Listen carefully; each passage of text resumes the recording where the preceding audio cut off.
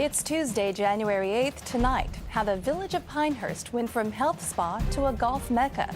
Next on North Carolina Now. Quality public television is made possible through the financial contributions of viewers like you, who invite you to join them in supporting UNCTV.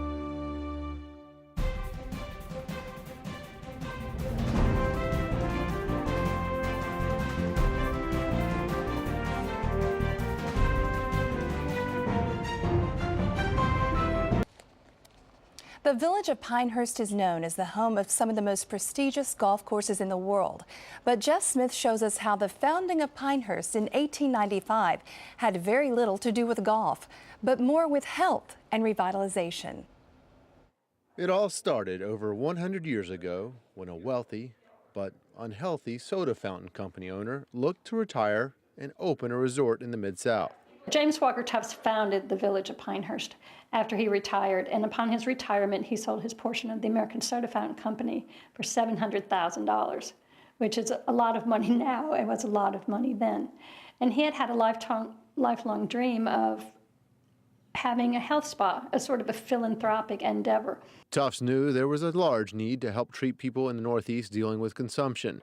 Before he launched his bid to create Pinehurst, the sick were heading to Florida to rest and consume the abundant sunshine needed to recover. He came here, bought 6,000 acres for an average of about $1.25 an acre, and decided to build his home, or his town. And it was modeled after a New England village, so it was always called a village, and it was meant to be a health spa.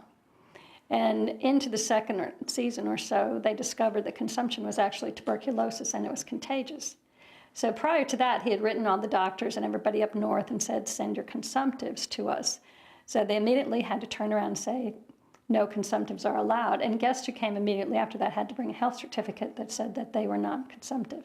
Since the sick were no longer welcome in his village, Tufts began inviting his wealthy friends to come and enjoy the new resort. Since the new guests were wealthy and healthy, the resort needed to offer plenty of activities for them to enjoy. North Carolina was free-range country and game was plentiful, so they had a gun club. They played a roque, which is a version of sort of like a croquet with a short-handled mallet. They had horseback riding. They had a deer park with tame deer and pheasants and hares, all that sort of stuff. And so there was lots of recreation going on, and people began bringing golf balls and golf clubs right away. So golf was being played, but not on the now famous courses. The original golf here was played in the cow pastures. They were playing golf in the dairy pasture. And of course, they needed milk and butter and cream to feed the guests. And when the manager of the dairy came to James Walker Tufts and said, I think this golf is affecting milk production, they talked about building a course, and he was advised by some of his friends that it was a passing fancy. But he went ahead and decided to build a 9-hole course. And then the next year, they built 9 more holes because people said it takes too long to golf. Tufts invited Donald Ross to design, develop, and build the first courses. Ross lived in the village as well and was the head professional at the resort. Now you can still see the genius behind Ross's architecture at the Tufts archives. A lot of people don't realize, they know Donald Ross was here, but they don't realize that we have his original drawings. We have the actual drawings that he made for several hundred of his courses. We've got them all scanned in there in books, and they can look at them. We've got them online in a virtual exhibit on our webpage. But people don't realize that we actually have that. We have a set of golf clubs that he made for his daughter. We have his sterling silver scorekeeper and just things like that. People don't realize that you can actually see things that belonged to Donald Ross. As you explore the history in the Tufts archives, you may notice a green book on the shelf which gives current visitors to the village a walking history tour of James Walker Tufts' landmark town. What we feature in this book is we have before and after pictures. A lot of these, of course, are pre-Hemmer. They were taken by other photographers, but we can show the original picture and we have the present-day picture. And it's amazing how close they still look. 32 of the original 38 cottages built are still standing. Everything in this village is within walking distance, which is part of the reason for the walking tour book. But the compact design was intentional by Tufts as well. And that was all part of the theory. To get well from the consumption, you needed fresh air, sunshine, and exercise. And the Holly Inn and was built in the shape of an H, and every room had windows that you could open and get the fresh air and sunshine.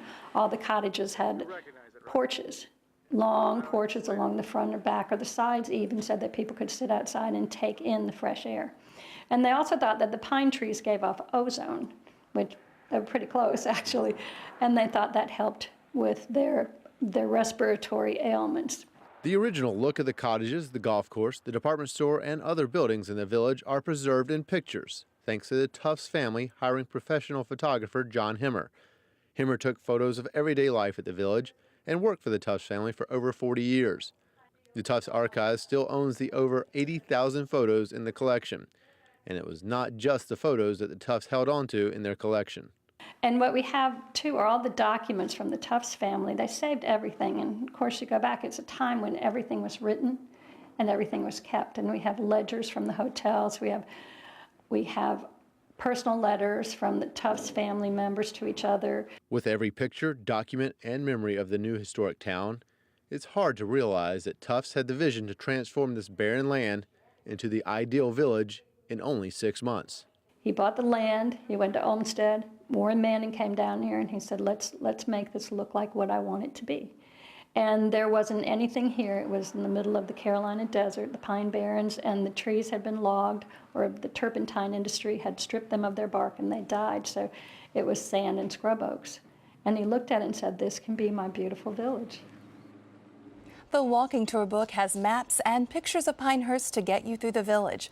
To learn more on the history of Pinehurst, the golf courses, or the book tour, you can go to the Tufts Archives in the village or online. We have a link on our site, unctv.org/NCNow.